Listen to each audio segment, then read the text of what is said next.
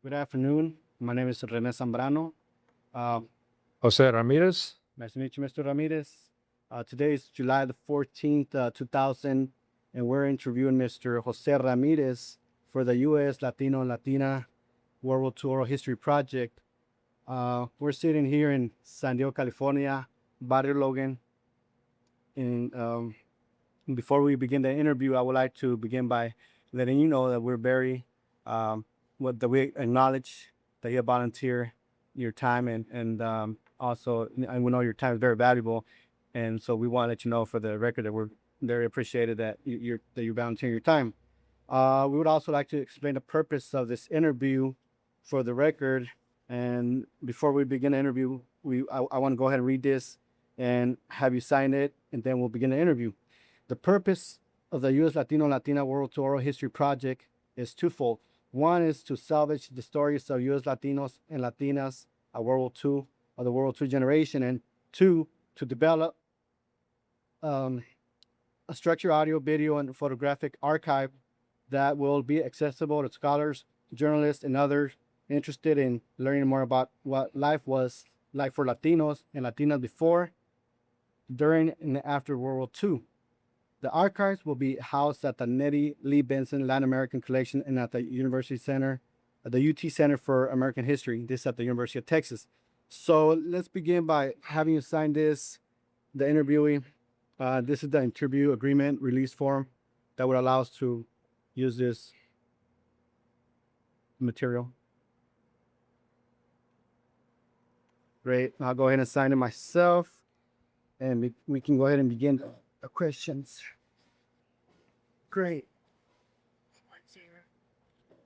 So we'll begin by going into asking questions regarding the pre-war period and a little bit about your family. Did your family immigrated to the U.S. or have they been here for a long time? My mother and father came from Mexico. It must have been back in the early 1900s. And my father came from Zacatecas. My mother came from a small town, Valle de Allende, in the state of Chihuahua, the southern part. Is there any particular reason why they came during that period? Well, I think it was a matter of more opportunities here in the U.S. even at that time. That was the driving force, the principal reason. Were they fleeing the Mexican Revolution? No, that was not the case. When your family relocated or came to the U.S., did they have to struggle economically? Well, at that time, my father was a laborer and is strictly pick and shovel work, that type of work. And but I must say he was a very energetic person, a terrific worker, and he could later he developed skills. He could do cement work, finish work, carpentry work, laying blocks and cement bricks. In other words, he had quite a bit of experience, and one of my brothers have told me that he was paid a little extra because he was such a good worker. Did he get an opportunity to finish high school or go to college? No. I have no idea what schooling he had. It could not have been very extensive. I just don't know, but it couldn't have been more than just a few grades in elementary school in Mexico. When your family first moved to the United States, where did they settle? What was your first? They settled. My father met my mother here. She came with her two older brothers, and my father was working with them, and that's how he was introduced to the lady whom he married. And they apparently lived in Tropico. I don't know just where that's located, quite frankly. but Here in California? here in California. It's interesting. When you, as a young man, what do you do for fun? When you were growing up, your childhood maybe. Well, I would say that I was what we term just an average kid. Uh, as a youngster, playing marbles, playing with tops, uh, things of that nature. And then, of course, I first went to work at the tender age of 8. I remember coming home uh, after selling newspapers the first time. Came home, the house was dark. Everyone was already in bed. And I told my folks I'd earned 3 cents, and they kind of chuckled about it. But that was the beginning, and I did work as a paper boy selling newspapers in downtown San Diego. It meant walking, about 2 miles from the house to downtown San Diego. And of course, it was dark at night. Was this after you did you move? Had your family already moved? Well, let me say that my parents lived in Trapico for a time, and then they later went to Cespe. Cespe is a small town between Fillmore and Santa Paula, California. It's agricultural, lemons and oranges being grown there in the orchards. That's right. What are your memories of your childhood? Well, it's generally just always seems as though I was always out playing with my friends, young friends, and as we grew a little older, that we still would play different games. Or later on, it was a case of uh, going to dances after graduating from high school, and just getting together with the boys and drinking beer, and that was about the extent of it. When you were working delivering newspapers, did you do that to help your parents? Was that you felt a Uh, did you feel a need to help your parents?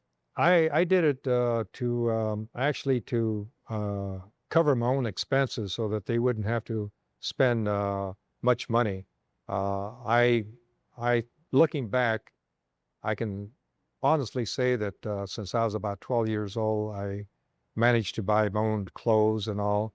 My dad did buy a suit that I wore when I graduated from Memorial Junior High, and I learned of a job at the San Diego Gas and Electric Company, which was at that time located at 6th and E Street, and they had a bowling alley in the basement.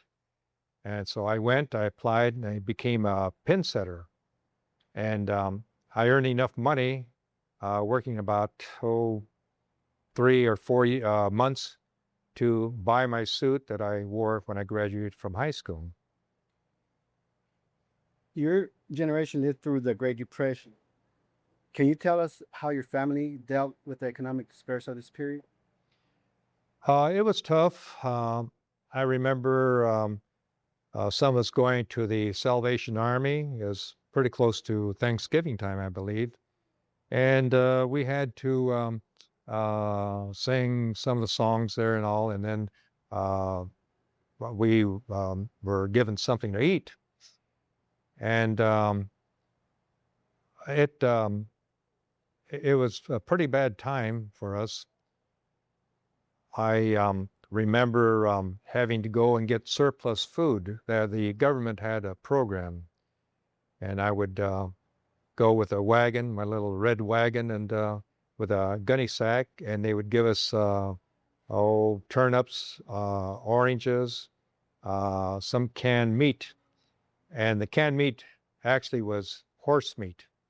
And I think if I were to see a piece of horse meat today, I would be able to identify it. And as for turnips, I don't eat turnips anymore because I ate too many in those days. Did your parents come unemployed during that period? My dad was working in the WPA program, My mother worked on and off at the one of the fish canneries that was close by, about a mile and a half or so from the house. She worked at the Sun Harbor. There's a Sun Harbor and Van Camp canneries, and that's, I might point out, that's where a number of Latina women worked. During that period, many people, especially the Mexican population, maybe some of them left the country. How did your family and Navarro react to that Repatriation Act of the 30s? I recall, first of all, I recall going to the foot of Broadway because I heard of a boat that was going to take some of those uh, um, Mexican citizens, Mexican nationals who were living here, back to Mexico. I had heard that the U.S. government encouraged that, even to the point of perhaps giving them some money to induce them to move. Now, I don't know if that part of it is true or not, but I do remember going to the foot of Broadway, and I did see a boat, and I did see people getting ready to board the boat. They were going to be taken back to Mexico. Now, my wife's parents were scheduled to leave. Her father wanted to, but when it came time, her mother sat on the luggage or the trunk where they had all their clothes, and she says, "No, I'm not going. No me voy." Y, y no se no quiso ir y se quedaron aquí. Did you ever maybe hear about any forced migration, forced repatriation for people that were being forced to go back or to pick up their stuff and go to Mexico? No, I only heard of that one program where the government was trying to encourage the Mexican nationals to return to Mexico, and a number of them did. Tell me about your school years. Where did you go to school? I went to Logan Grammar School, and then I went to Memorial Junior High, which is still located right next to it. And then from there, I went to San Diego High School. I graduated in June 1941. What was school like during that period? It was a bit of fun. I went out for football one season there at San Diego High. I was injured. My father thought it best for me not to resume playing football, so I switched to track. So went out for track 2 years and cross country 1 year. But by and large, it was a lot of fun. We didn't seem to have any racial problems at that time. So the school was pretty much mixed. It was predominantly Anglo, San Diego High School. San Diego High School. Were people of Mexican descent allowed to speak Spanish in the schools? There wasn't any thing said against speaking Spanish in schools, except when I was living with my godmother in Rancho Cespe for about 6 months. I went to a grammar school in Fillmore, and there they specifically told us, don't speak Spanish. Was this the teachers? The teachers, yes. And so it had to be anyone speaking Spanish did so while they were just among themselves, away from the teachers. But I don't recall anything like that ever being said there at Logan Elementary School, and certainly not Memorial Junior High nor San Diego High. But I should point out this too. There really wasn't too much Spanish spoken. All of us spoke English. All of the Latinos is just primarily English, and very, very little Spanish. Was there a law that prohibited Mexicans from speaking Spanish? Maybe an earlier law that had been Um, or later during that around that period? Not, I don't believe so here in San Diego. It may have happened in other places. See, I was born here in San Diego, and I was born here, raised here, and well, I've lived here all my life. And I don't recall that ever taking place. So how many years were you in school? I went from kindergarten through the 12th grade and graduated from high school, June 1941. Was the education you received about the same as your brothers and sisters received? Yes, but uh, there were just myself, my youngest brother, and one of my older brothers, and one of my younger sisters who graduated from high school. So it was pretty much the same. There wasn't.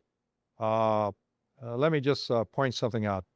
There was no encouragement to go to college.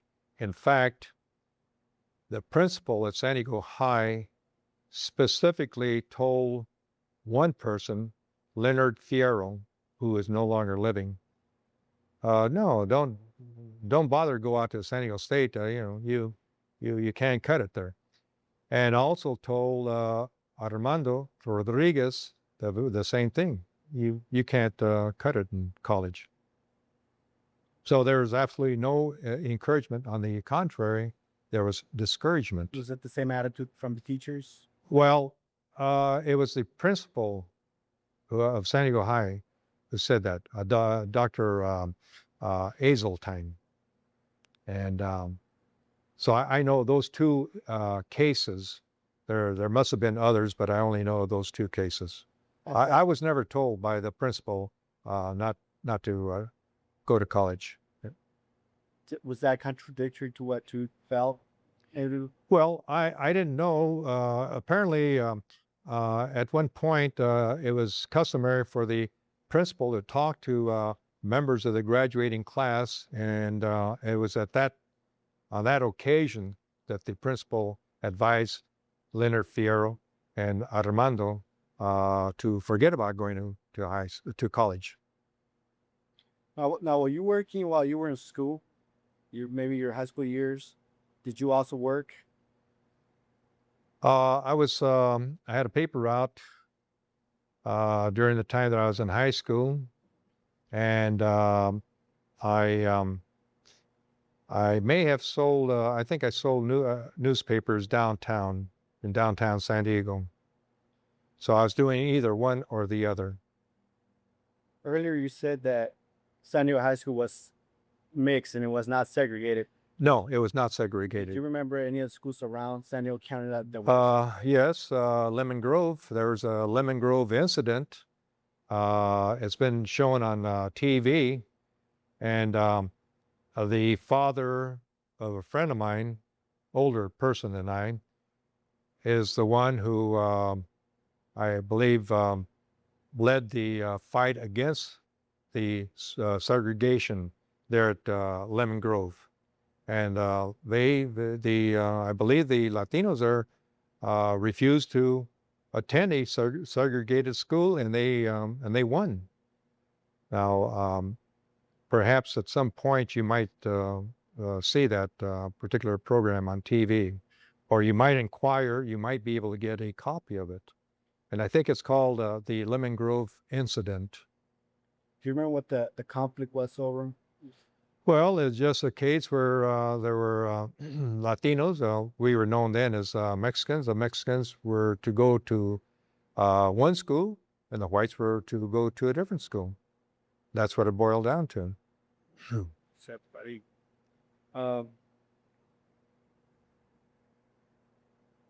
What was going on in the country and in your community when you were growing up? In particular, historical events and experiences that you might remember. Well, I can't think of anything of historic significance at that time. Of course, by the time I was getting ready to graduate, it was the war had broken out in Europe in 1939, and I suppose a number of us felt that at some point we would enter the war, and I think that was of prime interest. Locally, of course, there was the economy and Consolidated, which later became Convair, and then subsequent to that, it became General Dynamics, was the biggest employer here in San Diego. And people try to, the company employed a number of people, this aircraft company. They're manufacturing the B-24 Liberator. Did that company help boost the economy? Oh yes, it was Coming the out of is the it was the depression? biggest employer. Uh, at that time, you had the San Diego Gas and Electric Company, which was another big employer, and then you had Roar, an aircraft company in Chula Vista, and you had Ryan, which was here in San Diego, not too far from Consolidated. Did did San Diego experience the suit riots as LA did? No, no, it uh, we didn't have the same uh, experience here because the uh, the Zoot Suit movement wasn't as violent here. Um, there were Zoot Suiters. Some of my friends wore that type of clothing. I never did. I didn't care for it, and I didn't want to be considered a Zoot Suiter. But in Los Angeles, the Zoot Suiters would gang up on servicemen, one or two or a small number. They'd beat them up. And finally, in about 1943, I believe it was, the servicemen in the LA area decided to put an end to it, and they went out and they just beat up on every Zoot Suiter they could find. They would tear their clothing and all, and just leave them there with very little clothing left on them. And but it was the result of all of the violence on a part of the Zoot Suiters toward the military. I believe at that time I was in. It could have happened while I was in Cadet Center in Santa Ana. Was the suit subculture, was it a way for Mexicans to identify their It culture maybe? it's been said that it's been described as being a form of expression, a form of identity. The Zoot Suiters almost had their own language. They came out with words that were were different than what was normally spoken in Spanish, and that's the way it's been explained. When you finished high school, you went to, did you go to college? When I graduated from high school, I went to work at a grocery market on 12th Street, and I worked there for. I had been working there for a little while before I graduated, and I was making $14 a week, 6 days a week, and then I went to for training at the Ford Building in Balboa Park, so that I could then be prepared to work at Consolidated. And after going there for about a month or so, learning to use certain instruments, and I was able to gain employment there at Consolidated. That was about, approximately August of 1941. And I worked there until about the time that I was called into the service. What was it like living as a Mexican American during that period? We pretty well kept to ourselves. Uh, of course, the barrio here in Logan Heights was a favorite place. Logan Heights was a place where non-Latinos would not go, as a rule. And it, um, it wasn't all that bad. I don't recall any harassment on the part of policemen towards me. I was never stopped or pulled over for any reason to identify myself or what. Um, that Others may not have been so lucky. On the other hand, some may have acted in a certain way as to encourage some overreaction on the part of policemen. But I think by and large, uh, without coming right out and telling us, uh, we knew that they wanted us living here and associating here in Logan Heights or in our own neighborhood close by.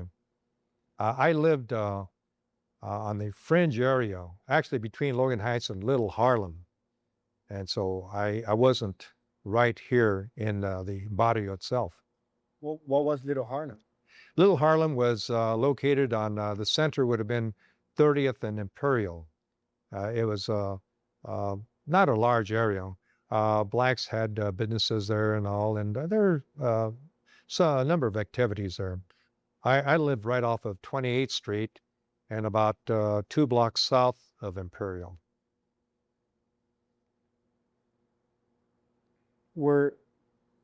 Before going to the war, were Mexicans, would you say that Mexicans were treated a little bit better than black people were, or were both groups treated fairly or unfairly? I think it was we made the Mexicano may have been treated a little better, but not much better than the blacks. And there seemed to be more Mexicans. I'll use the term Mexican because that's the way it was then as compared with Latino now. There were more Mexicans living in San Diego as there are today. There are about 23% compared to about maybe 10%, 12% blacks. So I think both the Mexican and the Negro, as he was known, as they were known in those days, received about the same treatment from the police. Did you ever hear of any cases where black people or Mexicans got lynched? No, Didn't happen here. no, not here. Prior to joining the armed forces, late 1930s, early 1940s, did you serve in any civilian conservation corps? No, I didn't. Let me backtrack. I had, say, friends. There were about maybe 5, at most 6 of us, and it was not a gang located in Logan Heights. There was the Logan Heights gang. There's National City gang. There's the Old Town gang. I was not a member of any of those. I didn't like the way they carried on, quite frankly. Those from San Diego would go to a dance in National City, and before the dance was over, there was a fight. National City gang would come to a dance in San Diego, and before the dance was over, there was a fight, or else the same thing happened if any one of them went to Old Town. And I couldn't understand it. I saw no reason in it for it happening. Therefore, I had no part in it. And I had my 4 or 5 close friends, and we kind of stayed in the fringe area of what was happening here in the barrio. Did your family benefit from the Roosevelt's New Deal programs following the Great Depression? Yes. Well, as I said previously stated, my dad did work for the WPA program, and that was the only work available. And whenever he had an opportunity to work somewhere, he would obtain that employment. As I pointed out, he was an exceptionally good worker. And if there was any work at all, if there was work for anyone, then he certainly would have gotten it. But times were tough, And I think WPA paid something like about maybe $15 a week. So, what do you recall about the time when 402 broke out, and how old were you then? That broke out in 1941. I was 18, and in a number of my friends went ahead and volunteered. Others waited to be drafted. On on September 28th, 1942, I was sworn into the Army Air Corps. I had taken the written exam and passed it, and then I took the physical exam and passed that. And it was just a matter of waiting for availability of a training facility before I would be called into the service. So, where did you get stationed here in San Diego? No. First of all, I received my papers to report on February 8th, 1943. And I had to report at the Union Pacific, let's see, a railroad depot, the depot in Los Angeles. Yeah. So from there, we went to, do you want me to give you a chronological list of the places? I went from there. All of us who reported went by train at the government's expense to Fresno. We stayed at the fairgrounds there in Fresno for about until about the 26th of February, about 2 weeks or thereabouts. And as basic training, learning to eat on the mess kit, learning how to clean the mess kit with sand, and of course, receiving our shots and all that. And then we were sent to the University of Nevada in Reno. We arrived there about February 27th in 1943. And that I attended classes there, all of us. It was called CTD, College Training Detachment. One purpose, I think, was that the government wanted to help keep the colleges open, and did that. Sent some aviation students to the various colleges, different parts of the country. And I attended classes there for which I received credit. And I left Reno on July 3rd, 1943, and on a train bound for Santa Ana for the Cadet Center. I stayed at the Cadet Center, passed other examinations, real strict physical exam, psychomotor exams, and all, and studied different things, meteorology, among others. And then I became a cadet, aviation cadet. Went to for primary training in Visalia, California. I was there until from September to November, late November. Went to Chico for basic training. And the weather was bad in the area. There was one storm after another, so the class was not getting too much flight time. And it was decided that the class should be split. Half the class remained there in Chico. The other half went to Victorville Air Force Base, which is closer to San Diego. It enabled me to come home a couple of times while I was there. And then I completed the basic training, and went for advanced training at Luke Field out of Phoenix, Arizona. I graduated there in April 15th, 1944. Do you want me to tell you more about? Good. Sure. Before we get into your, now is this before you're going to the war now? I went ahead and got my commission, my wings, and my commission, April 15th, 1944. And then I went to Baton Rouge, Louisiana for about a couple of weeks. I came home for 2 weeks, delay en route. And from Baton Rouge, Louisiana, some of us were sent to Bruning, Nebraska. And I was there until late August. And that was final training prior to going overseas. I flew P-47s. That was a Thunderbolt there at Bruning, Nebraska.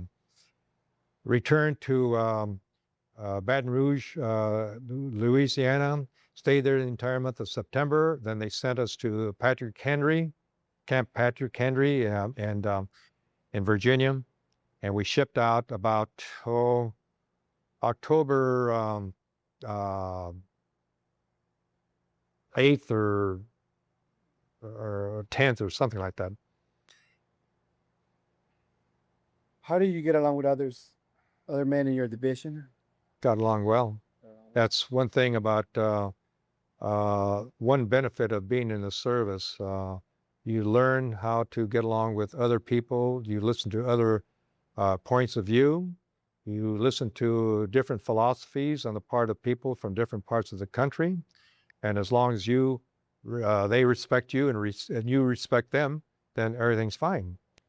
Did you experience any racial conflicts during the time of your training? All this period going from having or going from San Diego to somewhere else where you were exposed to different ethnic ethnicities? No, I didn't. I was very fortunate. Can I tell you about an incident at Camp Patrick Henry? Um, there were German prisoners, POWs are. They just roam along, they walk along. And just to illustrate the attitude of some, like say some of the white fellow pilots, a group of black soldiers were marching down the street, and their captain, I believe, was their officer. He's calling out signals and all, cadence. And I noticed several white fellow pilots turned the other way so that they would not have to salute him, the captain, black captain. I, on the other hand, respecting the uniform, saluted him. He returned the salute. One night, when we were in the barracks, we heard gunfire. And I'll admit, all of us hit the deck. We were stretched there on the floor because shots were being fired, and we could just imagine bullets coming through the wooden walls of the barracks.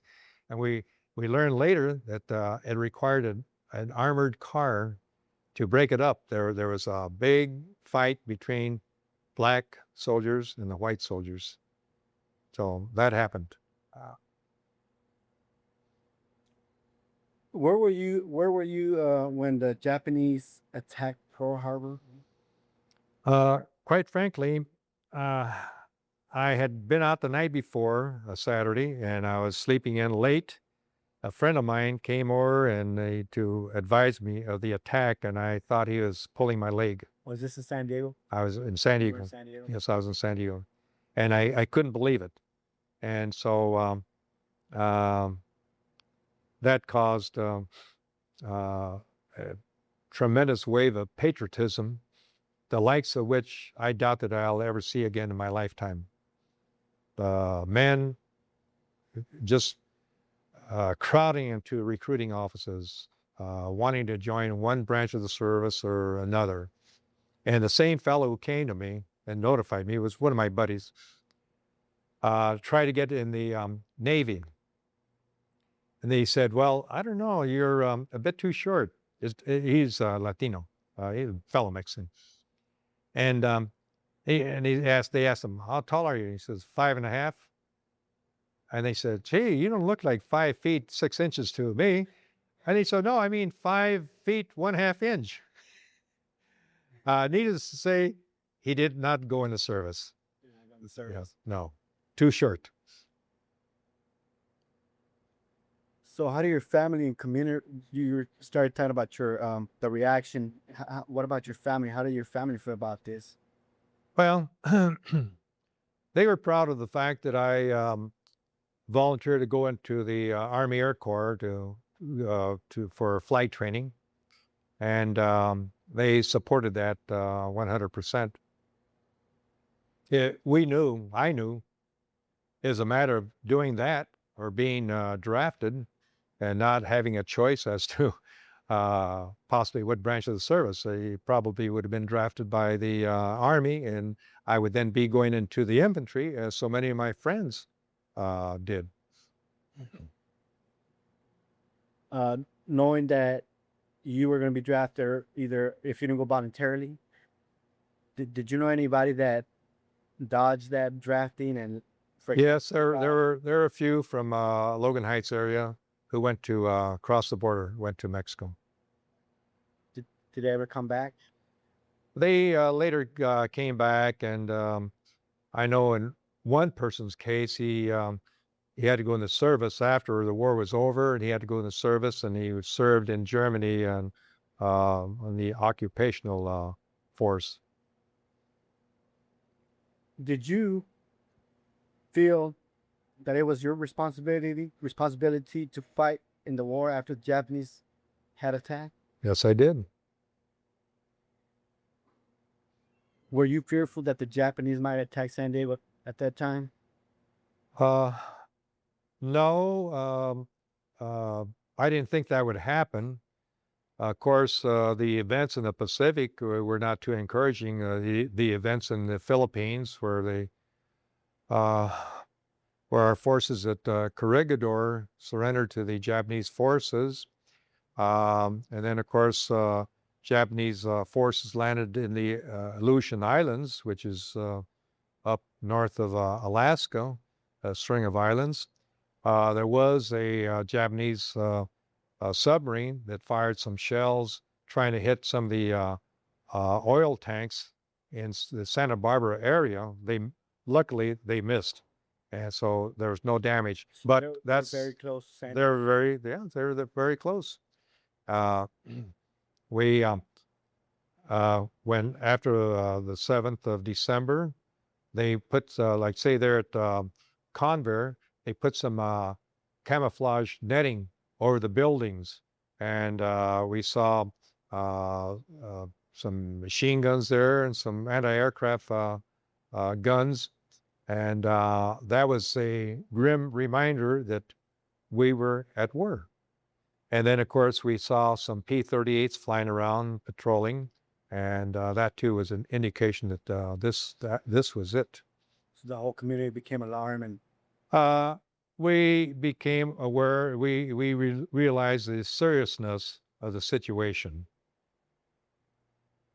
being a Mexican descent, did you feel that this was a war that a Mexican had to go fight? I I considered myself to be an American citizen of Mexican ancestry. I did not think I'm a Mexican. This is not my fight. I'm sitting this one out. No, far from it. I felt I'm an American citizen. I was born here in this country. Everything I had up to that point was due to the fact that I did live here, and I felt it was my duty to to go and fight against the Germans or the Japanese. So when you were called to go serve, where were you? Where did your division take off from? Where were you guys stationed? Uh, you mean when I was called into to report for duty? Right. Yeah. Good. Well, I had been working for at the aircraft companies, and so I got my notice, and I told them, advised them that I was being called to report. Was this when you were going overseas already? No, no, no. I'm talking about When you went did were you talking about when I had to report, or when the war was already full blown war and you or are you talking about when I was getting ready to ship overseas? ship overseas? Well, or ship overseas. When I was there in Bruning, Nebraska, at the Post Theater, we saw the newsreel, the news, and it showed P-47s crisscrossing, escorting the bombers and all of us we were all pilots there. We were all excited. We wanted to get with it, and my attitude then was, the sooner I go over there, the sooner I get it put in my missions, and the sooner I come back, if I'm to come back at all. Now, let me let me point out, I'm not saying that just to, that's not any BS or anything. That's the way I felt. That's what we were trained to do. We received a lot of training, expensive training. Among maybe your friends or yourself and the people you train with, was there any feelings that the Nazis of Germany might eventually reach the United States and attack? No, no, there's no such thought. We figured that, well, by the time I shipped overseas, we had already landed on Normandy. We had already captured Rome. I think we captured Rome the same day or so that we landed at Normandy, and we were on the march. As it turns out, I got over there too late to see a lot of action. I did fly 33 missions, but some of the pilots that I and the other new recruits were replacing were aces. They had already knocked down more than 5, and there was a lot of action before I arrived there. It was on November 9th, 1944, when I joined the fighter group to which I was attached. And what theater was this? That was in that was in Italy, is in the European Theater of Operations, but is a 15th Air Force in Italy. Who was the commanding general at the time? What? I think Twining was the general of the 15th Air Force. How did the high chain of command treated Mexican Americans? There wasn't any indication, no action, no implications of any sort where they were belittling me. And there was only one other Mexican pilot there in the fighter group. He was in a different squadron. There were 3 squadrons, and I was attached to a different one than he was. But and he was from Los Angeles.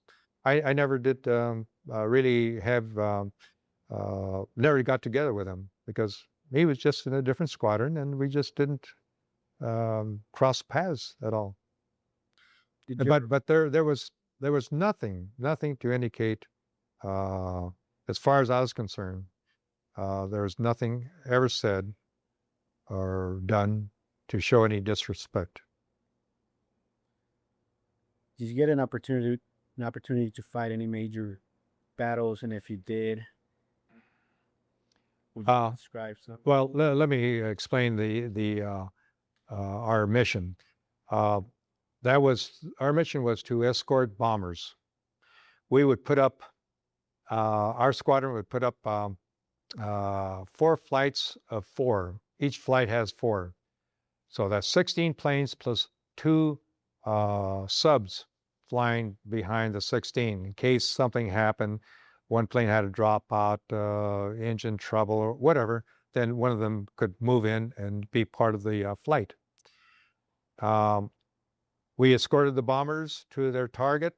When we approached the target, we swung wide around the target, picked them up on the way back.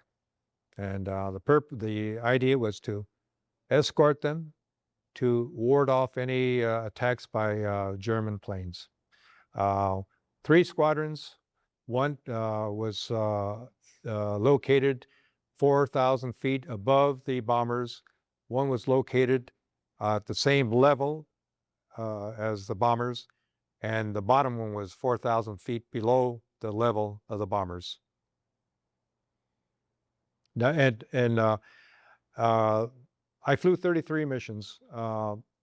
I would say that probably about 27 or so of the missions were represented escort work. We went on some fighter sweeps, maybe about 3 times. Instructions to shoot anything that was moving. The only thing I saw moving was a locomotive pulling a train, and I went in blasting away at the locomotive in order to puncture the boiler, and this, in other words, that would bring it to a halt. Is that what the sweep was considered? Well, they said shoot at anything that's moving, and that was about the only thing that we saw moving. Another time we saw, but that wasn't a fighter sweep though.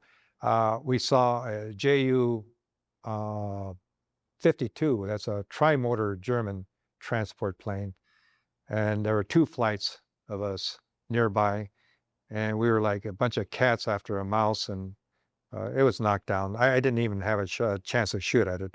It was knocked down. So is that your major confrontation with the enemy? Or That was it. closer one? Just looking. One time we went in by the Brenner Pass. We went along the railroad tracks, trying to find trains that were moving in order to knock them out. Didn't find anything. And as it turns out, we flew over the town of Innsbruck. Now, there was the Olympics about maybe 16 years ago or so, held at Innsbruck, I think the Winter Olympics. And there was one church or cathedral there. And every time I saw it on during the Olympics, I'd tell my wife, I flew over that. As it turned out, I did. We flew, and then we ended up in a massive box canyon, and the walls of the mountains rose sharply, and we had to turn around and go back over the town. And we knew, we had been briefed, we knew there were about 5 or 10 anti-aircraft batteries there, and we went low at low altitude, just maybe a couple hundred feet above the ground, gained speed, and the mountains in the other direction, the direction we were headed in, were not as high, and we were able to fly over the mountains and get out of there. And I don't recall seeing any bursts of anti-aircraft being fired at us. No indication of flak. This was towards the end of the war already. We were getting close to, yeah. During the times you escorted fighter planes to go Escort the bombers. escort the bombers, what went through your mind?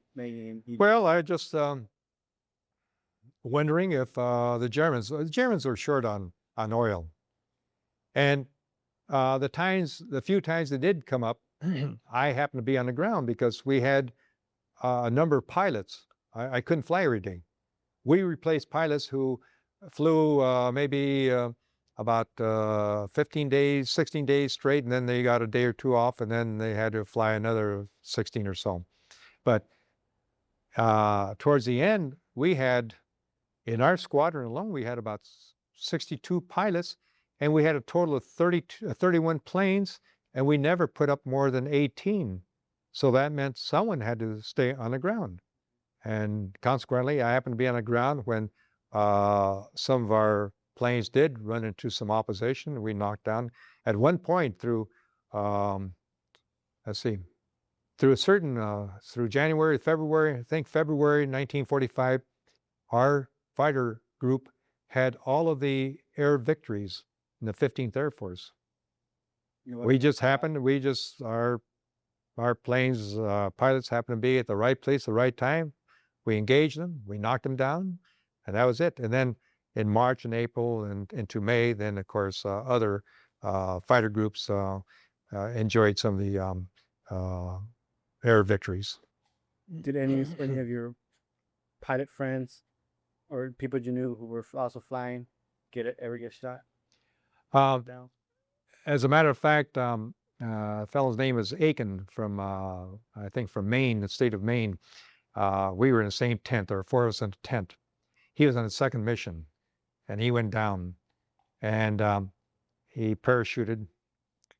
I circled around, trying to identify the spot where he had landed.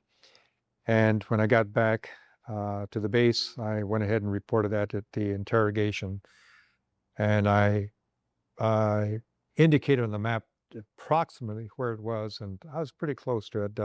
He happened to fall just behind the partisans, the partisan forces. There are two partisan groups. There's Marshal Tito, and there's one, Mihailovich, I think was the other one.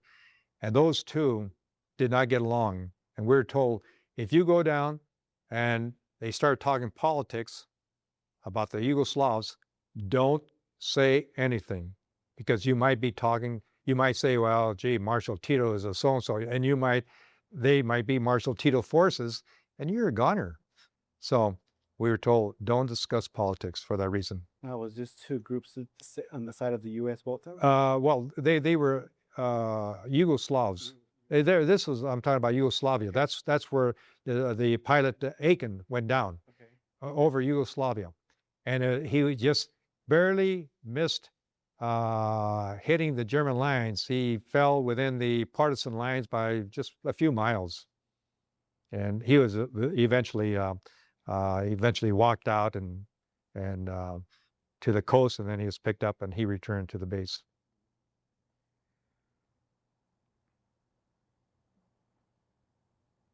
Did your encounters, the close encounters that you had, make you feel that this could be the end of your journey? Or maybe that you might not make it home? Or in some occasions? No, I didn't think that. I'm kind of a fatalist, a pessimist by nature, but not to the degree that I didn't think I was going to come back. There was not a single bullet hole or shrapnel hole in the planes that I flew in the 33 missions. Okay. I was lucky. So you never got shot at? No.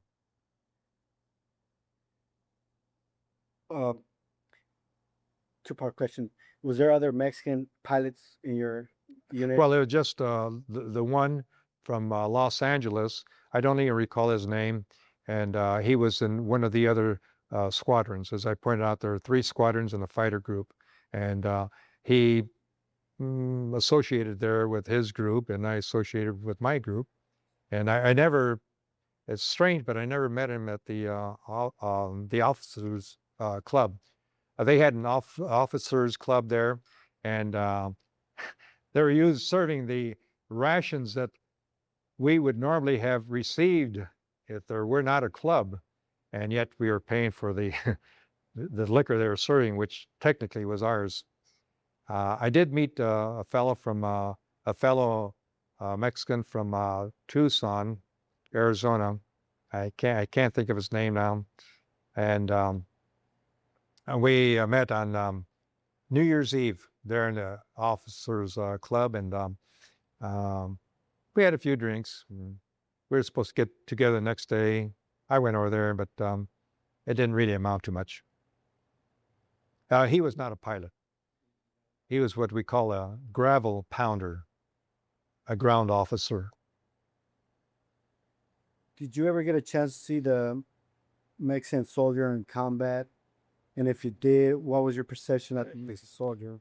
No, I never saw them in combat. I wasn't that close to the infantry, and I can only rely on stories that some of my friends told me, fellows who are members here of this post, my brother-in-law, Lázaro Lupian, the fellow whom I told you was the first one into a town that was liberated, and so they renamed it Lupianville. You know, he told me a few things, not too many things. I think you'd have to talk to persons like, say, Oscar Romero and El Salomon, plus others here who saw a lot of action. They were in the infantry or related to the infantry, and they saw the action on the ground. I never had a chance to do that. Having some understanding that the way that Mexicans, Mexican community in general, were treated before going to the war, did you at some point felt that if you went and participated in the war and Mexico contributed to the war effort, that would change the anti-Mexican sentiments, feelings that existed then? No, nothing was said, but let me just point something out. I think all of us who served in the service, came back with a different attitude. And I'll explain it this way. We went to other cities in the country. We saw other American people. We were exposed to different philosophies. We went to other countries in the world. And during the process, all of us grew up more so. And when we came back, I think we came back with our eyes open. I think when we went in, they must have been half closed. A number of us probably, some probably hadn't been out of town before. Certainly not out of state. And I think it was a real eye opener, being exposed to the different things that occurred. And in that respect, I think we were all changed. And I think that we realized that we were entitled to a piece of the pie, so to speak. We were no longer going to be satisfied just simply living here in the barrio, for those who lived here in the barrio. When I returned, I went back to live in the house in which I was born, the one I mentioned. And but we thought we could get ahead. We felt we had earned it, and the GI Bill was the vehicle that enabled us to accomplish things that we probably would not have been able to accomplish had it not been for the GI Bill. The GI Bill enabled me to go to college, enabled a number of us, Rigo, Armando, but yet in the beginning there weren't that many. I don't think in 1945 when I enrolled out of San Diego State, first of all, I was discharged. I came back June 25th. Officially, I was discharged July 18th, 45. I enrolled out at San Diego State in September 1945. The total enrollment there was about 4,500. There probably were not more than 15 of us, between 10 and 15 of us there in 1945. By 1948, there were a good number more than that. And of course, today, as you realize, there are thousands of Latinos out at San Diego State. So many people, many young people who went and fought the war, or maybe just the ones you knew, decided to go to college afterwards. There were some who did. Others took advantage of the GI Bill to learn things like, say, plumbing. I know Victor Negrete, for instance, became a plumber. Several others became plumbers. Others went and became carpenters. I don't know if they did that through the GI Bill or not. It's very possible. But by and large, it was, and also we were able to buy houses under a federal program because we were entitled to it. So I hear there was an overall transformation from pre-war, during the war, and then post-war. That's right. period. How would you describe that transformation? It was a case where we felt we had earned something, and a GI Bill made it possible. We took advantage of it, and it enhanced our livelihood, our lives, for that matter. Did you think maybe that before the war, for many of the nation or in the community, they felt that their future was so limited and so, and especially in opportunities, maybe this. Yes, when an illustration of that is this. When I returned from overseas, I landed at,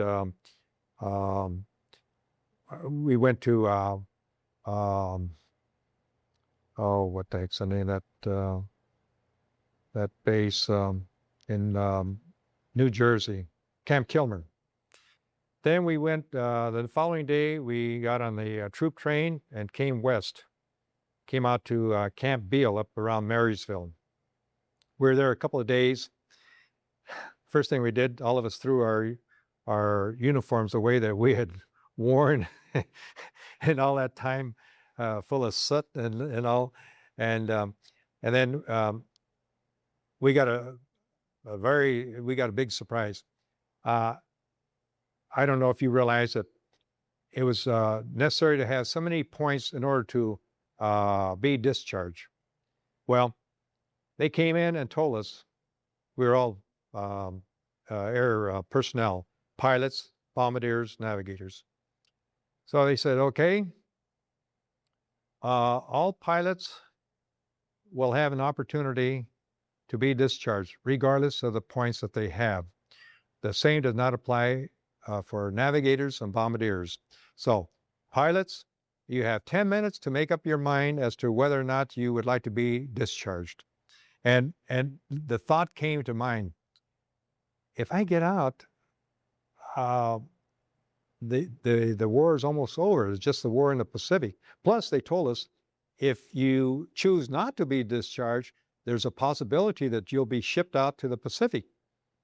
So I thought, there's not much going on in San Diego. There's Consolidated, but other than Consolidated, there's there probably won't be too many jobs there. What should I do? And I think the thought of being shipped to the Pacific caused me to think, well, it's time to cash in my chips and get out. And that's what I did. So you actually came home early. I came home before VJ Day, yes. Mm-hmm. That was in August. Where were you when the war was actually over?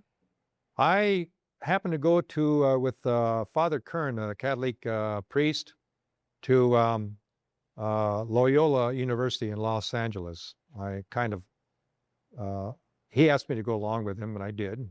He was driving, and I inquired as to entry at the Loyola University, and we were on our way back, driving on the old Highway 101, when we got the news on the radio that the war was over. The radio? No, on the radio, car radio. Did you? Well, we were happy. He was happy. He said a prayer, and he was happy. I was happy. I was happy that we wouldn't have to invade Japan, because that would have been a bloodbath. What was your reaction or maybe attitude or feelings towards the U.S. dropping the bombs, the atomic bomb? There are three things. Number one, Japan caused it. Japan attacked Pearl Harbor without any advance notice. Number two, invasion of Japan would have cost, and there are various estimates, and I agree with the high one. It could have been 1 million casualties. Number three, we warned the people in those two cities to evacuate for their own good, for their own safety, evacuate. We dropped one, they refused to surrender. We dropped the second one, and that caused them to agree to surrender. Even at that time, there were some renegade outfits in Japan who didn't want to see the war come to an end. And the day that the papers were signed, the treaty papers were signed on the USS Missouri, there was some cause for apprehension that possibly some of those renegade outfits might come strafing or kamikaze attack on the Missouri and some of the other ships. Those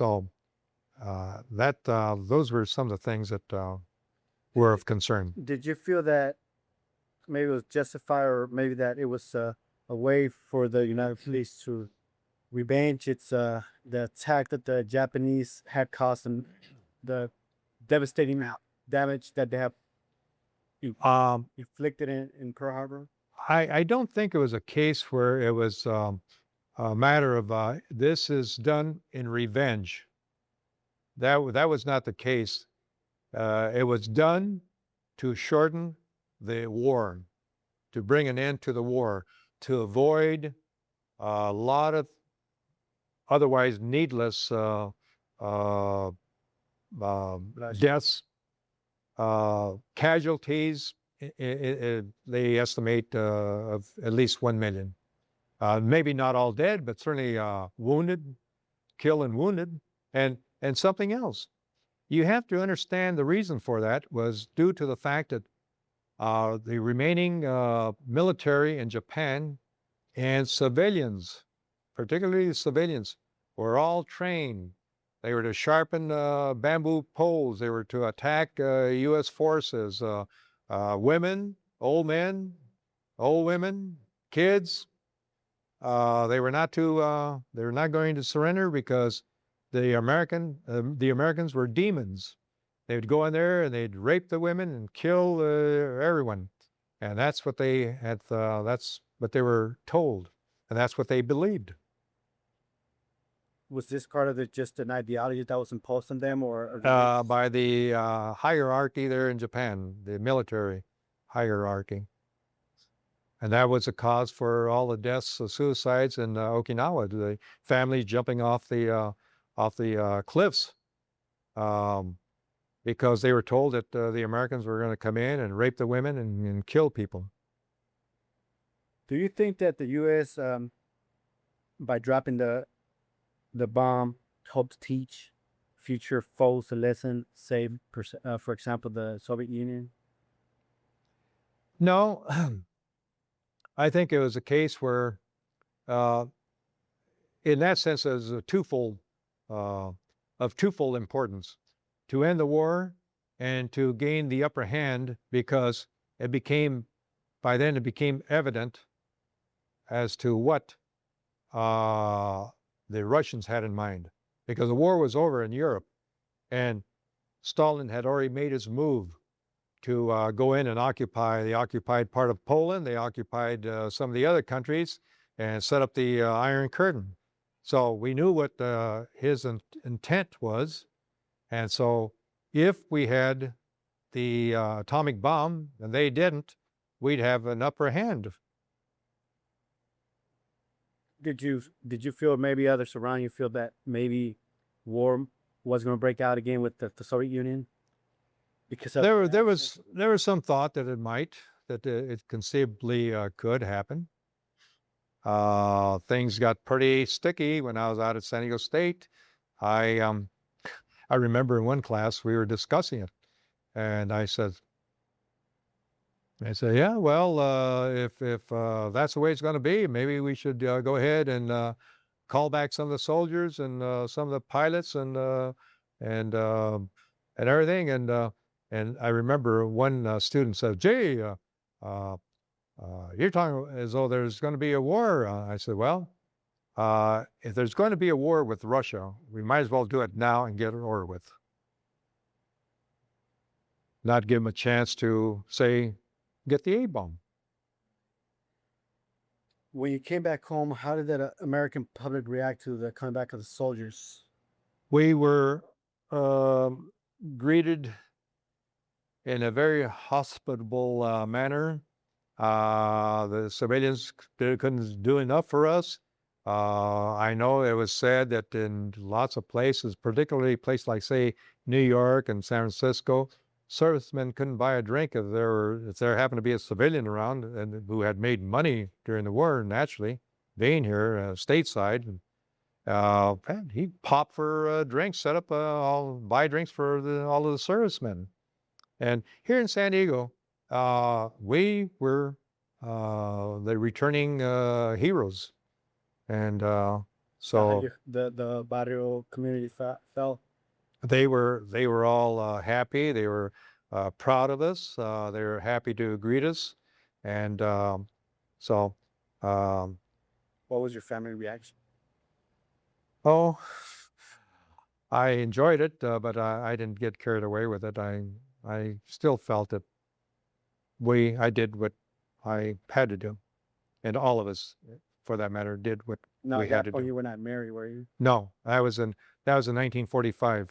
No, I married in 1949, 4 years later. 4 years later. How did that war experience change you and your perception of the world? I realized the world was not as big as I thought it was when I first went in. It suddenly shrunk. We get from point A to point B being somewhere across the Pacific or the Atlantic in no time at all. Um, it it also was a case where we had to do something to prevent future wars. That's what we thought. That's what we thought we had done.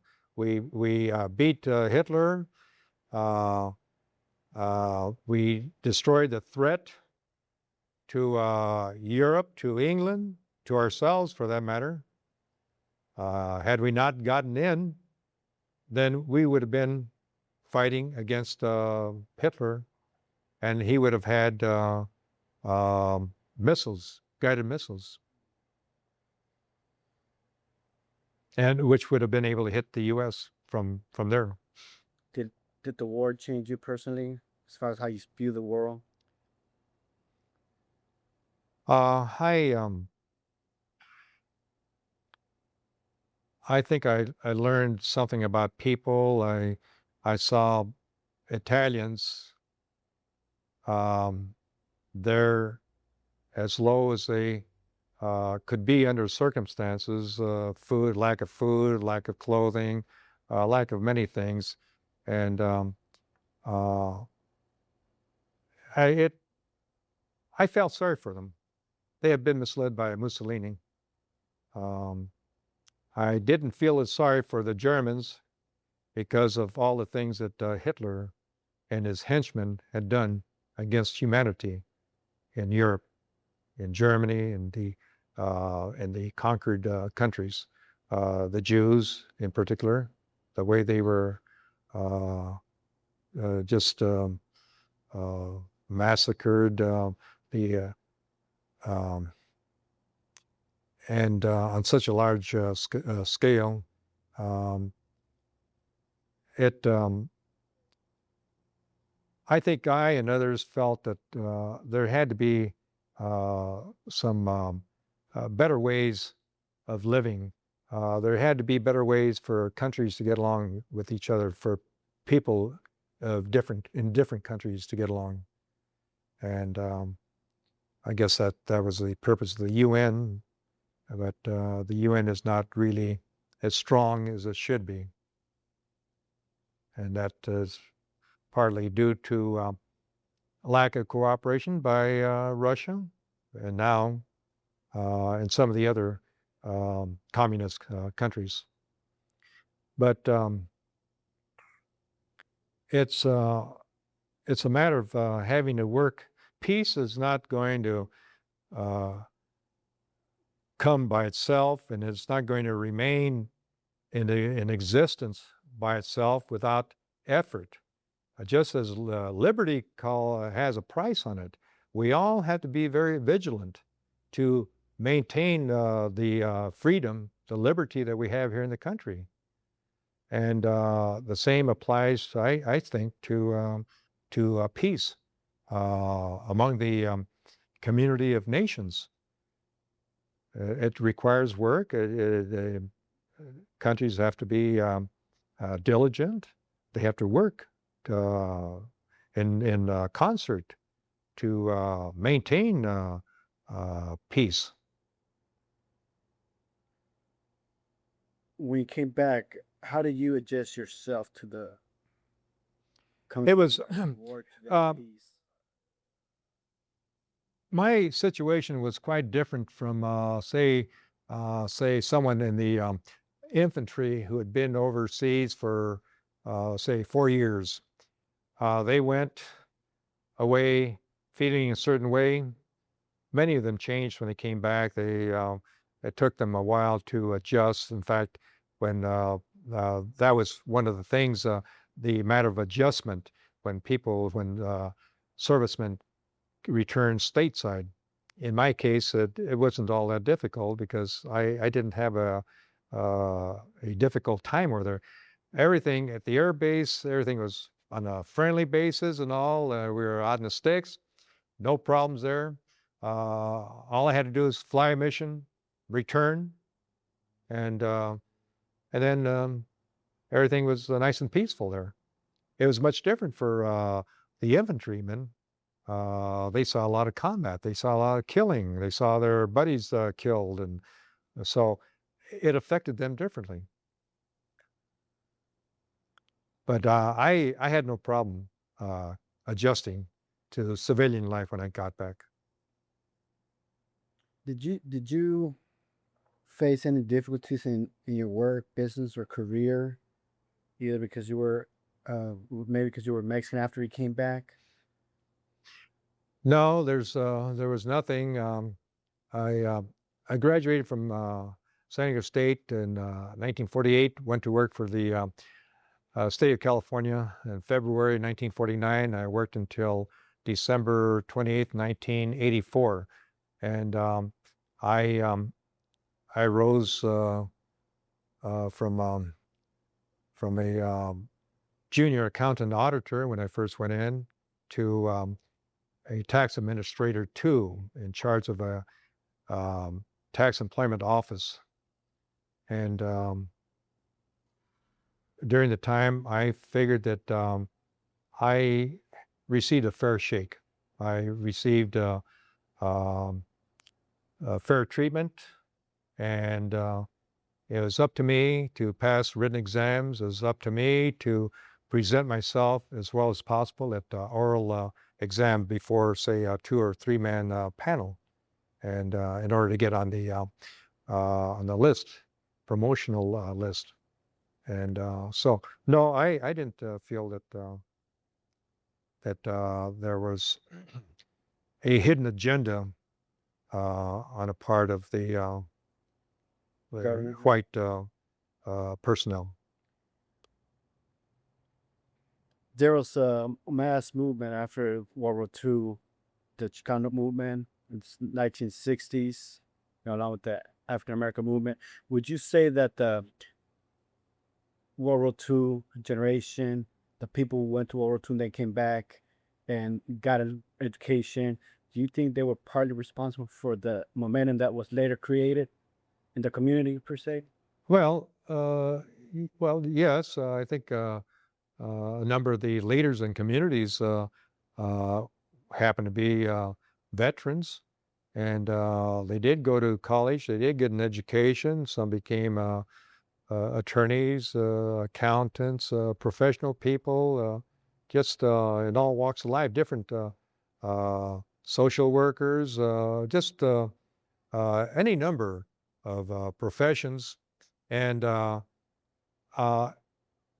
you have a difference there. Before the war, there weren't too many Mexican professional people. After the war, after the returning veterans had had a chance to go to college, to graduate, to go out in the labor market and get their positions, you found a number of professional Mexicans. I guess we can switch now to Latinos, I suppose, since it's all right. So that's what you had as the beginning.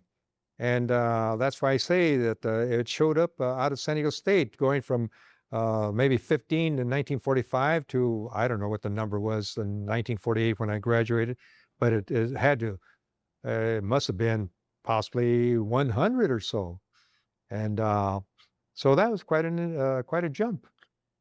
Did you and maybe others around you felt a responsibility to awaken the social consciousness of the people that, hey, we're, for example, hey, we're Mexican, we're a Mexican descent, and we can be as we can be as we have the potential, we can compete with the rest. Having that you have learned that yourself, maybe the hard way. Well, I would often talk to youngsters reaching about to graduate from high school and ask them if they're thinking of going to college. I encourage them to go to college if at all possible. That's something I did personally. Let me give you a story as to what happened in the spring of 1946 to illustrate a point. Frankie Peñuelas and Irmer Robinson. Peñuelas, I mentioned, went to San Diego State in the 30s. There's Peñuelas, Frank Galindo, and then Leonard Fierro went, Vince Silva went, Ernie Casares. Okay, so Frankie was in charge of the, I think, the boys' club or a facility there by Memorial Junior High. And it's closing time.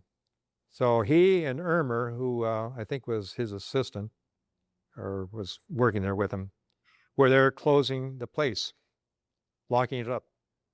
And a police car came up. And the two policemen wanted to know what they were doing. And so Frankie explained. And they didn't think, hey, a Mexican here in charge of this facility, locking it up. And so they kind of abused the two verbally. And I might point out that Irmer Robinson was such an athlete that he later played for the Globetrotters. Okay. He was about my age. I think he's in my class. Well, that incident got around, and we felt, the community felt that there should be a presentation made before the city council regarding the matter. Leonard Fierro was selected as the spokesman. And it happened in the spring of 46.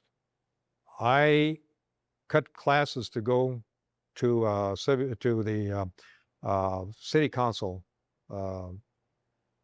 meeting. I don't know if Armando did. Several of us, I think, out of state did. And the place was packed. It was the first time I had ever been in that in the chambers. And Leonard made an outstanding presentation. He told about how before the war there was a certain amount of harassment. Cops would come around and kind of shake the guys down. Now, I never saw that because I wasn't hanging around here, around the heights, Logan Heights, the barrio.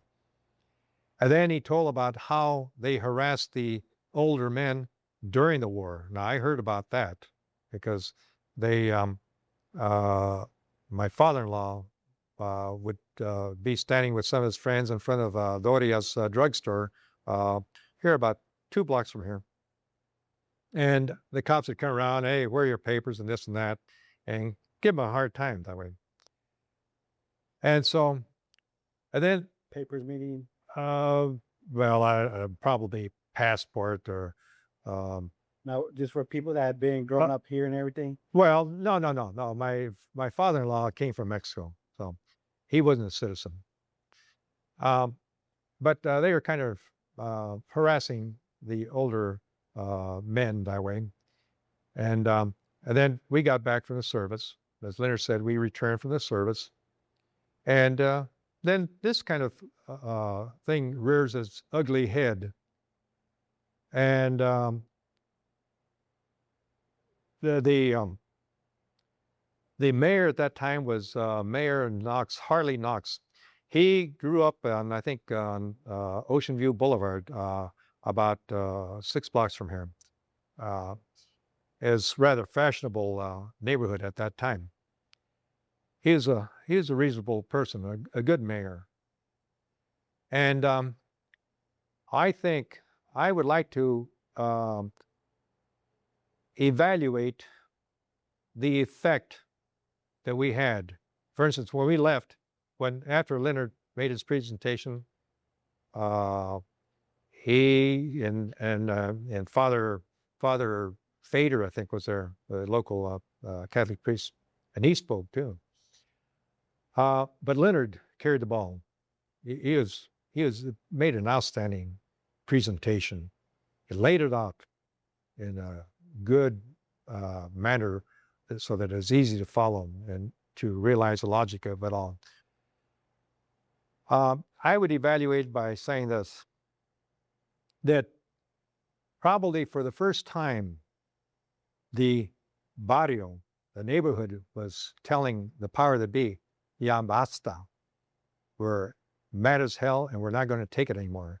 And I think that that was the first time that the city council really sat up and took notice that, hey, these people are not going to lay down. They're going to talk back and do whatever they feel they need to do, because we are dealing with a new kind of a citizen, veterans, particularly veterans who have served in the service. They've seen a lot. They've come back, and they're not going to take any crap. So I think that was a turning point here in the barrio. That was it was a beginning. If there were not the turning point, it was the beginning of the turning point. Is it safe to say that that was maybe one of the transformations you went through? You became politicized? Yeah, yeah. So to having that been- degree, Having been socially conscious of what was going on, you became politicized and knew that you have responsibility to it. I'm a citizen. I'm out there getting an education. I've been through the war and all. Hey, I have rights. And that's what Leonard was saying. We have rights. And our rights should not be abused. Do you did you become involved with any organizations in the post-war period that were concerned with supporting the struggle for equality of Mexican Americans or Latinos? Well, the first organization I joined was the American Legion. We formed a post here in the body we met, or at the old church hall next to the Our Lady of Guadalupe, and I was in that for about 7 years, starting about 46 to about 50 some, 53, 54. Then I joined the Don Diego VFW post, and I've been a member ever since. But in 1962, I joined the American GI Forum of the U.S., and that's a veterans family organization for the betterment of the Latino through education and political awareness. In 1950, Armando and let's see, 4 of us, I believe, went up to Santa Barbara as a CSO meeting, conference, Community Service Organization. That was the organization that was instrumental in getting Ed Roybal elected to the city council in Los Angeles, something that had not been done, I guess, since maybe 1860s or 70s. We had a Mexican governor of California way back, Pico, but Ed Roybal, and Ed Roybal later became a congressman and a CSO, a Community Service Organization. We set up a branch here. We were going to do things. In fact, we went out and to get people to register to vote. That was one of our projects. And then soon after that, it kind of fizzled out, and we didn't do much thereafter. We tried doing some of that. The GI Forum tried doing some of that. We went to the South Bay area, and unfortunately, we covered blocks and blocks, and there were 2 people who were eligible to register to vote, 2 citizens, and one of them chose not to. Latinas, and the rest were not citizens. We didn't ask if they were legal or here legally or illegally. We didn't. We just asked, "Are you a citizen? We would like to get you to register." The answer was no, and they weren't citizens. So the American GI Forum of the U.S. Was organized in 1948. Dr. Hector Garcia in Corpus Christi, Texas, and he died several years ago. It was instrumental in certain ways that I think it helped to get some members into office, political offices, and it caused people to develop political awareness, which is a big thing. At the very least you should do is register if you're a citizen. My Lord, get out and register. I had to shame one of my brothers into on that drive in, I think, 1952 to get out and vote. He hadn't voted. He wasn't registered. So I shamed him into it, and he's been voting ever since. In your opinion, do you think this movements after the war had an impact on the larger community, and if so, how? Well, it was that was the beginning of a trend. You have to start somewhere, and you have to have the right leaders, the right personnel to. It started at the grassroots level, and it developed various leaders, and so it was the beginning. And as time went on, we Latinos developed more, let's see, more, well, certainly awareness. We became sophisticated along political lines, and we saw the qualified people become possibly politicians, either local on a local level, city councils, statewide, the state senate, state assembly, and on a national basis. So it started there. Just as with the blacks, civil rights, it started in 1964 with Martin Luther King Jr. And that's when they turned the corner, and since then it's been off and flying. Did you ever? Well, first of all, what year was the BFW of Mexican descent founded, or This San one, Diego? This was Why? I think as I joined about 1952, I believe, and 52, 53, something like that. Uh, just as we organized that one post, American Legion Post, is made up of all Latinos, and so Rudolph M. Martinez, Post 624. Let's see, wait. Oh, 7420.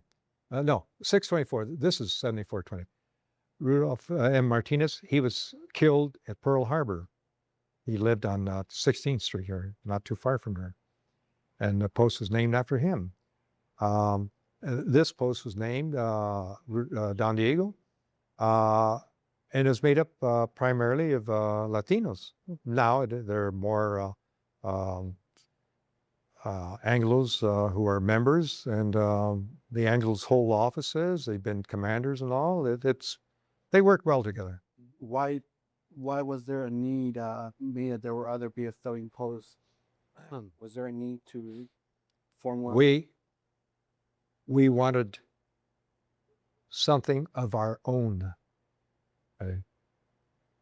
Sure, we could have joined others, but it had been kind of a splintering effect. Here, it was us, and we would have more power that way in VFW matters.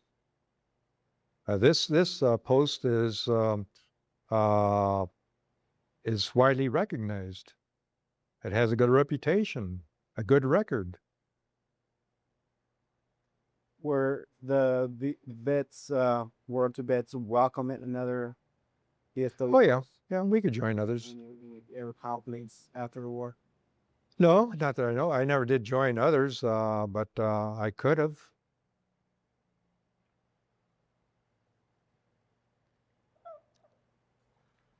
Great. What obstacles did you have to overcome just after the war? Did you feel like you have to overcome any obstacles? Obstacles. I think probably just a matter of getting an education.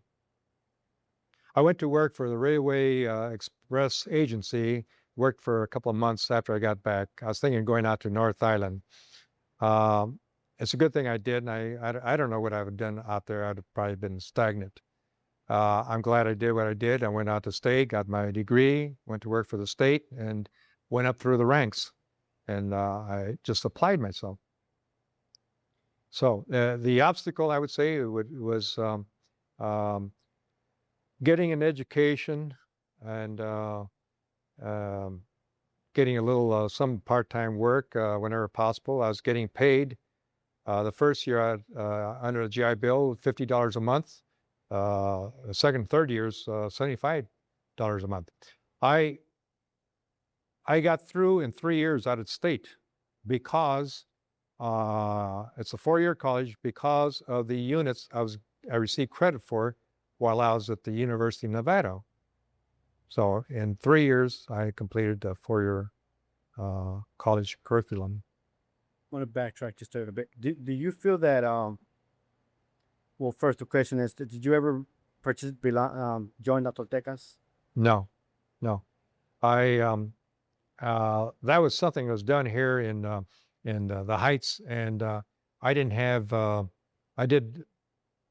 really didn't spend any time here in the Heights to speak of until probably just before I went to into the war, going to the neighborhood cafe, having some beer, bottles of beer there with the boys, and eating there, and just there weren't any dances here per se. There were else not too far away, but I just didn't participate in anything here.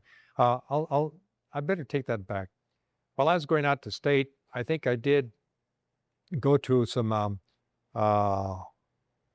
NYC. It's our NYC, isn't it? The Catholic Youth Organization. And I did attend some meetings for maybe a period of a year or so. And that was in the Heights, but that was sorry after the war. Um, the the area after the war uh, was not the same as it was before. Like say the neighborhood house gang was around before and at the beginning of the war. After the war, the guys had better things to do. They had to go out and get an education, get a job, get married, raise a family. So it changed. One more question. The taking over at Chicano Park in early 1970s or 1974, I believe. Would you say that's a direct manifestation of the political movement that was a momentum that was building at that It was time? it was a case where the Latinos in the neighborhood in this area, the barrio, were flexing their civil muscles.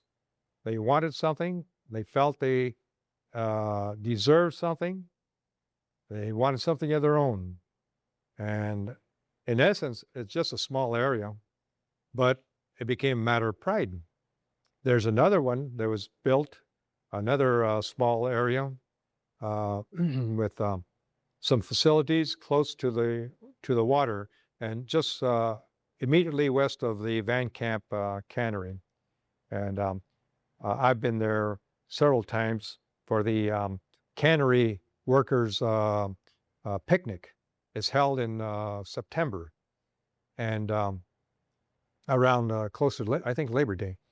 And um, people who worked at the cannery many, many years ago, they all show up and they go and look at their pictures, their group pictures, and they identify themselves there and all. And that too, that took years to develop. The power that be couldn't see it. They didn't. Why do you want that? Just a small area. Well, we want it. We want another place there where our kids can play. They have a lawn over there. They have restrooms and building there where you can go and have a big picnic, like say the cannery workers. You get about maybe 200 people, 250 people. So we've gone to the two that they've had. During that period, were there any veterans, the BFW veterans or World War II veterans that you remember that participated in the taking over Chicano Park? Um, I well, there's El Ariola, who had a little restaurant not too far from here. El Carrito is like a boxcar, like a train, and that's why he named it that way. He was a veteran, and he was one of the speakers for the neighborhood, for the community. He's the one that I know. I'm familiar with. The others I don't. I wasn't part of it. Um, this was not actually um, uh, my bag of activities. I lived in East San Diego at that time, and so I didn't come here too often to the Heights. There were, from your maybe opinion, you think there was direct influence to the new leaders that started evolving in the 1970s?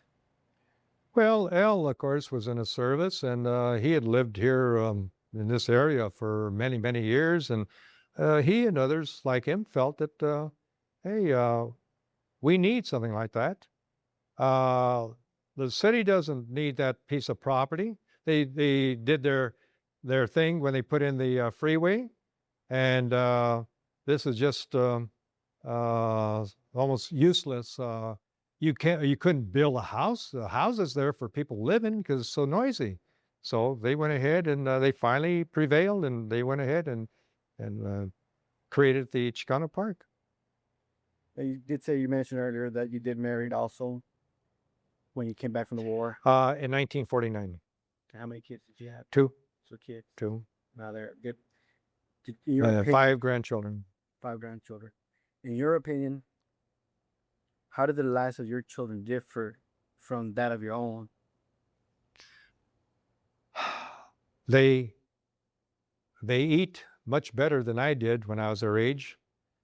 They get a much better education than I did when I was their age. They get motivation from their parents, from their grandparents, which I never got. That just didn't happen. See, the basic philosophy in my day was get through with school, get your high school diploma, go out and get a job, make some money, and contribute to the upkeep of the home.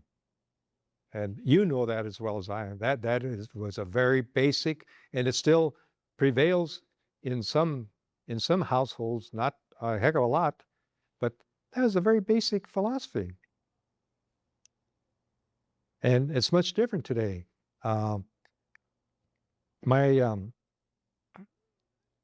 my wife and I encouraged our oldest, our son, to go to college. And it wasn't if you go to college, but when you go.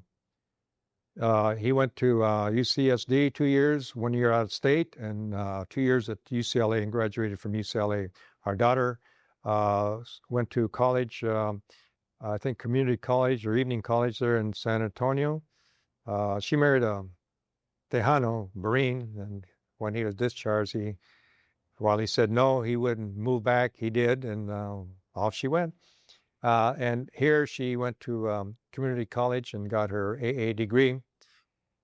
And she'll be coming back probably in about a year. And I hope to send her to state to complete, to get her degree there. The grandchildren, the oldest, has completed 3 years at University of Texas. 2.5 years at in Austin, and then the campus at San Antonio for this most recent semester. He surprised all of us. He joined the Marine Corps.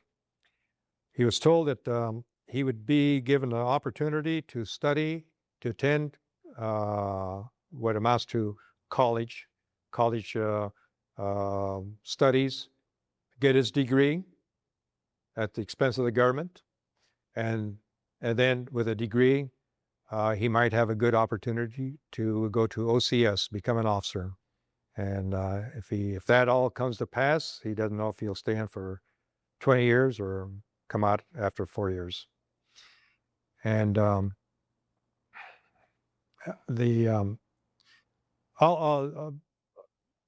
of the grandchildren, well, one is 6, ranging from 21 and then 18, and then that's in Texas. Locally, it's 14, 12, and 6. And I can tell you that the 3 here in Temecula, living in Temecula with our dad and my son, will all go to college. And they are all going to be a howling success because of the encouragement, the motivation, the type of teachers that they have there in Temecula. Those are good. That's a relatively new community, so you have a lot of community pride, a lot of enthusiasm. It's very evident when you go to the schools there. You can size up a teacher who's interested in teaching compared with one who just marks time for a month and then reaches out and collects a paycheck. And you can notice it. And those kids, they're A students, the 14 and 12-year-olds. So they'll do well.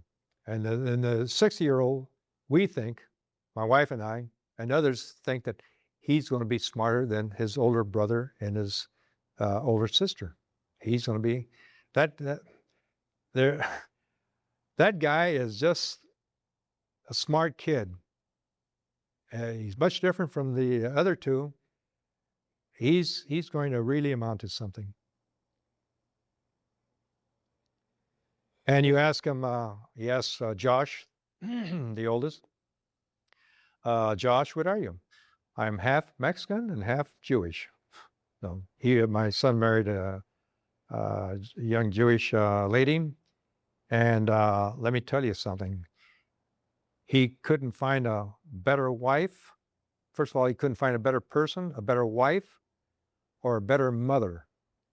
And she enjoys Mexican food. She cooks Mexican food. My wife's going to go over there one day and teach her how to make um, a menudo, so that there won't be a clamoring. Nana, when are you going to make menudo again? Our granddaughter just got through eating here a couple weeks ago. We had more because they were clamoring for a menudo. So my wife made a big pot of menudo. Just after she had finished, I said, Nana, when are you going to make menudo again? So anyway, So, Mr. Ramirez, in closing this interview, have I given you you covered enough fully- information? fully- I'm going to go back. There have been instances of police brutality in the Heights against Latinos. Years ago, going back into the 60s. 60s. There's a case, and I forget the young girl's. Well, she's a teenager, young teenager, on Imperial Avenue, I think by 25th Street. Cops, for whatever reason, stopped her, and she had something in her hand. They must have thought it was a knife or something, and they told her to stop, and they shot and killed her. Turned out to be, I think, a fingernail file. Oh, there's a big stink. And that's the one that I can remember most vividly. I'm sure that there have been others. I was on the Human Relations Committee, Advisory Committee to the City Council. And I talked to one El Cadillo who would go out and investigate these complaints of police brutality. And I told him, Al, I said, what do you think? Is it true? And he says, yes, Joe, it is true. So there has been, and there probably will continue to be police brutality here against the Latino as well as against the black, not on a large scale and to the degree that you find, say, in Los Angeles, big cities, Los Angeles, New York, Philadelphia, Chicago, Detroit. But it's here. You'll always find, I am sure, police officers who have that type of mentality. They should be ruled out. They should never be allowed to receive training somehow or another. In the psychological tests administered, they should be spotted, and they shouldn't even receive the training, not even the dignity of undergoing the training, because they don't deserve it. They'll become rotten apples in a barrel. Okay? One final, in closing this interview, one final question to society and to the future generations, the children of tomorrow. What message or advice will you give to this and future generation? The first thing I would tell the future generation is learn to speak, read, and write English as properly as possible. It'll be a plus if you are bilingual, but don't sacrifice English for the sake of being fluent in Spanish. Secondly, I would say, by all means, get as good an education as possible. Go to college if possible, unless you have certain skills that don't require a college education. And you know, there are success stories of people who have made it, millionaires, billionaires who never went to college, but lacking unique and rare abilities that those few have, then I would suggest the best alternative, that being a college education. Graduate if at all possible, and for heaven's sakes, don't major in Chicano history. Don't major in that. Major in something that's very sustaining. Say accounting, business administration, computer science, computer engineering, because computer If you have it, if you're very, very proficient, if you're an expert, if you're a wizard with computers, you've got it made. You can enter the telecommunications part of the business world, and you'll be earning, say, 40,000, 40, 45, 50,000, maybe even 60,000, depending on your expertise and the particular field. So that is the way to go. Thank you very much. Again, it's been a pleasure interviewing you. Happy to be here. Thank you.